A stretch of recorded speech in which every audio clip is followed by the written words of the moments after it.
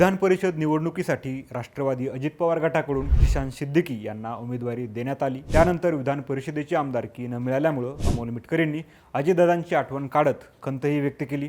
अमोल मिटकरी विधान परिषदेची उमेदवारी नाकारल्यानंतर नेमकं काय म्हणाले सांगतो, पण त्या अगोदर थोडक्यातला फॉलो करा। विधान परिषद निवडणुकीसाठी राष्ट्रवादी अजित पवार गटाकडून जिशान सिद्दीकी यांना उमेदवारी जाहीर झाली आहे। मात्र ही उमेदवारी हुकल्यामुळे अमोल मिटकरी प्रचंड नाराज झाले असून त्यांनी आपली खदखद उघडपणे बोलून दाखवली।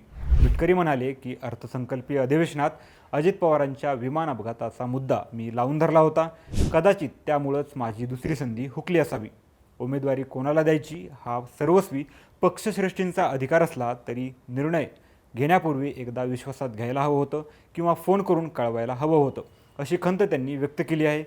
6 वर्षांपूर्वीच अजित पवारांनीच त्यांना आमदारकीची संधी दिली होती, पण आज दादा सोबत नसल्याची खंतही त्यांनी व्यक्त केली। जिशान सिद्दीकींचं अभिनंदन करतानाच त्यांनी बाबा सिद्दीकींच्या हत्येचा सूत्रधार कोण आणि दादांच्या विमान अपघाताचं नेमकं काय झालं हे प्रश्न पावसाळी अधिवेशनात मांडावेत, अशी विनंती त्यांनी केली। पदरी निराशा आली असली तरी आपण कुठेही कमी पडलो नाही आणि वहिनीजी जी जबाबदारी देतील ती निष्ठेनं पार पाडू, असंही मिटकरींनी स्पष्ट केले। तुम्हाला काय वाटतं? अमोल मिटकरींना दुसरी संधी मिळायला हवी होती का? अजित पवारांच्या अपघाताचा मुद्दा विधानसभेत मांडणं त्यांना खरोखरच महागात पडलं असेल का? तुमचं मत कमेंटमध्ये नक्की सांगा आणि महाराष्ट्राच्या राजकारणातील अशाच महत्त्वाच्या घडामोडींसाठी थोडक्यातला फॉलो करा। बातमी म्हणजे थोडक्यात।